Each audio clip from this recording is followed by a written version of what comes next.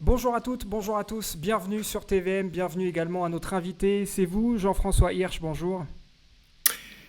Oui, bonjour, bonjour à vous, bonjour à tous vos téléspectateurs. Vous êtes adjoint en charge de la sécurité notamment à la Oui, mairie de Bobigny, votre oui, commune qui dit stop au trafic de cigarettes. Ce 20 septembre, une nouvelle mobilisation a eu lieu à la gare routière à Pablo Picasso, un secteur où depuis 2 ans, des vendeurs à la sauvette font régner un climat d'insécurité, nuisances, harcèlement, agression. Les habitants en ont ras-le-bol.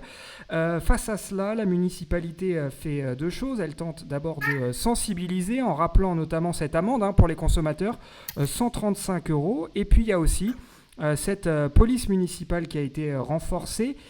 Et on nous dit, la commune nous donne ces chiffres. On a eu près de 5000 paquets de cigarettes de contrebande qui ont été saisis, sans compter les produits dérivés et quelques 200 interpellations.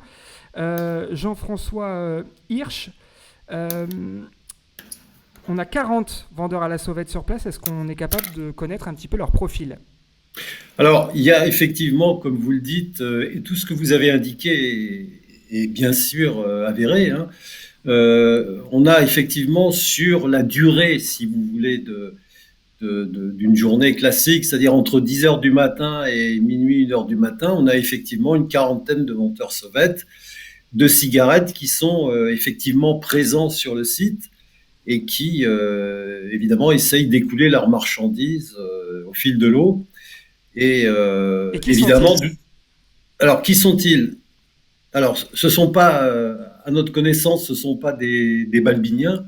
Ce sont des personnes qui viennent, en fait, souvent des sans-papiers, pour dire, souvent des personnes qui viennent des pays du Maghreb ou des pays d'Asie, comme le Bangladesh ou l'Inde. Voilà. Euh, on a donc cette police municipale qui a été renforcée, passée de 17 à 25 agents de police municipale. Et si on comprend bien, à partir du mois d'octobre, vous voulez également augmenter leur présence sur place. C'est ça, les plages horaires vont être augmentées. Alors, effectivement, le fait d'avoir recruté une brigade supplémentaire, finalement, nous permet, à partir de début octobre, puisque tout le monde sera là présent, tous les agents recrutés, d'avoir une présence, si vous voulez, sur le terrain de 7 heures du matin à 2 heures du matin. Donc, au jour d'aujourd'hui, effectivement, on s'arrête enfin, les policiers municipaux s'arrêtent de travailler à 20 heures, mais donc, à partir du mois prochain, on aura une présence plus importante et d'ailleurs sur la gare routière, mais aussi sur le reste de la ville, hein.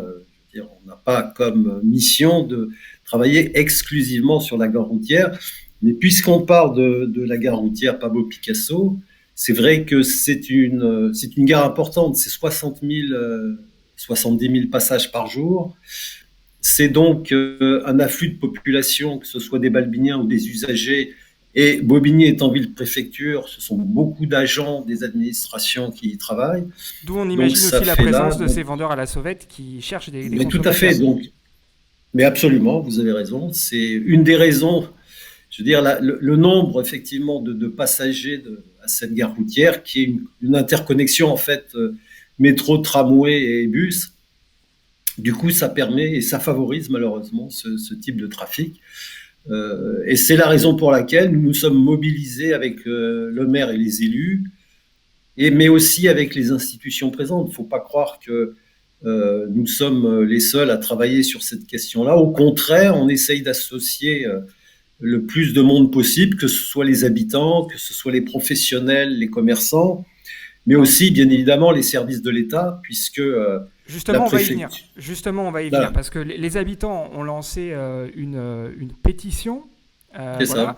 Ils demandent le renforcement des forces de police avec une présence permanente sur le pôle Pablo Picasso. Ils demandent aussi une réaction de la justice à la hauteur des nuisances subies pour que les personnes interpellées ne soient pas relâchées dans la foulée. Là, on a clairement l'État qui est interpellé, ce que vous faites aussi d'ailleurs en tant que commune. Est-ce que pour l'instant, vous avez des réponses concrètes à tout ça?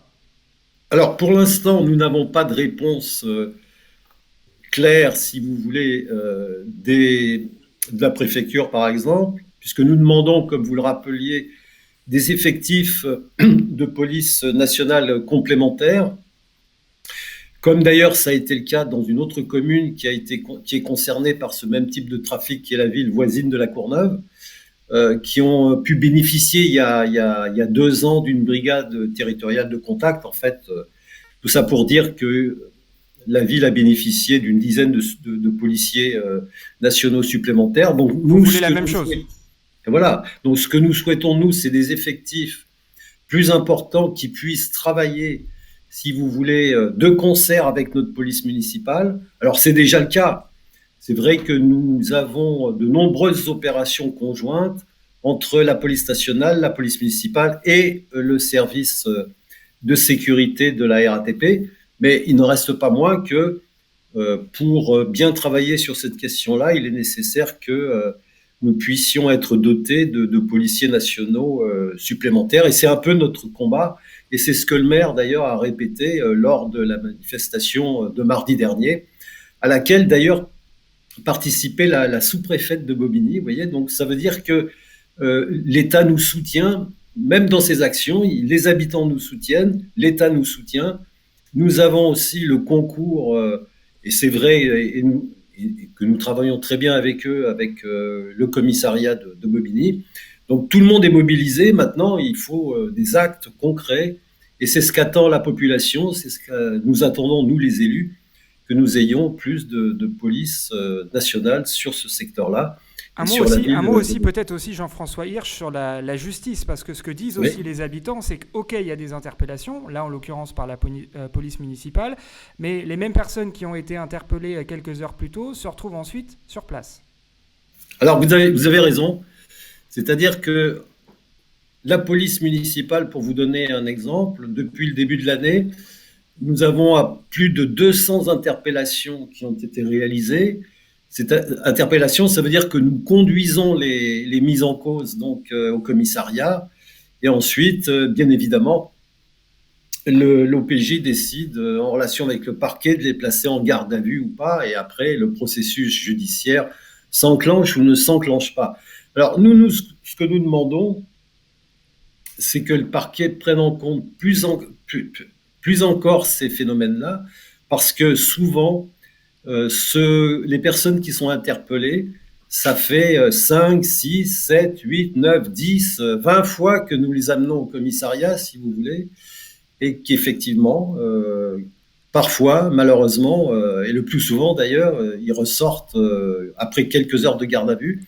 Et c'est la question que nous posons bien au parquet, c'est que de véritables enquêtes soient menées de façon à mieux identifier, si vous voulez, les profils de ces vendeurs sauvettes et de mieux traiter ces questions-là de façon à ce que, je dirais, bien les sanctions soient à la hauteur du désagrément qui est causé aux habitants et aux usagers. Qui plus est, la plupart d'entre eux s'adonnent non pas seulement à la vente de cigarettes frelatées, mais également à des médicaments qui peuvent être des psychotropes. Oui, il y a un aspect de santé aussi. Santé oui, c'est ça. Il y a aussi un peu de vente de produits stupéfiants. Enfin, vous voyez, donc il y a besoin véritablement qu'il y ait plus d'enquêtes sur ces vendeurs-là, parce que je pense que ça serait intéressant pour le parquet de s'y intéresser, d'ouvrir des enquêtes et de prendre les mesures judiciaires nécessaires. C'est ce que nous attendons en tout cas, et c'est les questions que nous avons posées, y compris dans le cadre de notre contrat local de sécurité et de prévention de la délinquance, puisque nous en avons un, évidemment, comme dans beaucoup de villes, et ça a été posé lors de notre dernière séance plénière, en présence précisément du parquet et de la préfecture. Mais on attend encore les réponses de l'État, si on vous entend bien. Dernière question, Jean-François Hirsch. Qu'est-ce qu'en fait de ces personnes ? Admettons que la police intervienne, que la justice... Alors, c'est peut-être différent si la justice peut-être enquête différemment et plus sur le long terme, mais en termes de présence policière, si ces individus sont repoussés, qu'est-ce qui se passe ensuite ? Le prix du tabac ne va pas baisser a priori, c'est-à-dire que ces gens-là vont toujours avoir intérêt à vendre leurs produits et les consommateurs risquent eux aussi d'être au rendez-vous. Alors c'est vrai que vous posez une question qui est réelle. C'est-à-dire que le paquet est à peu près à 5 euros, hein, si je ne me trompe, alors qu'il est plus du double pour celui qui l'achète tout à fait normalement. Chez un Euh, buraliste. Chez un buraliste, et on connaît les problématiques de pouvoir d'achat, je ne les rappelle pas, elles sont bien identifiées.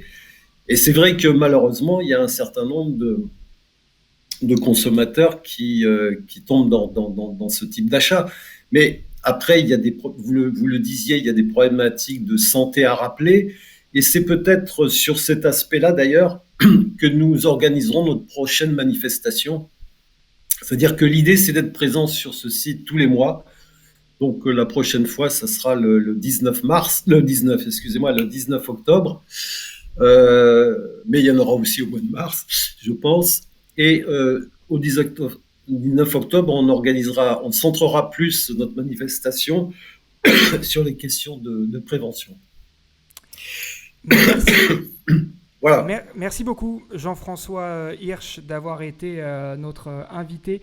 Je rappelle que vous êtes adjoint en charge notamment de la sécurité à la ville de Bobigny. Merci à vous. Merci. Et merci à tous de nous avoir suivis. On vous dit évidemment à très vite sur TVM. Salut.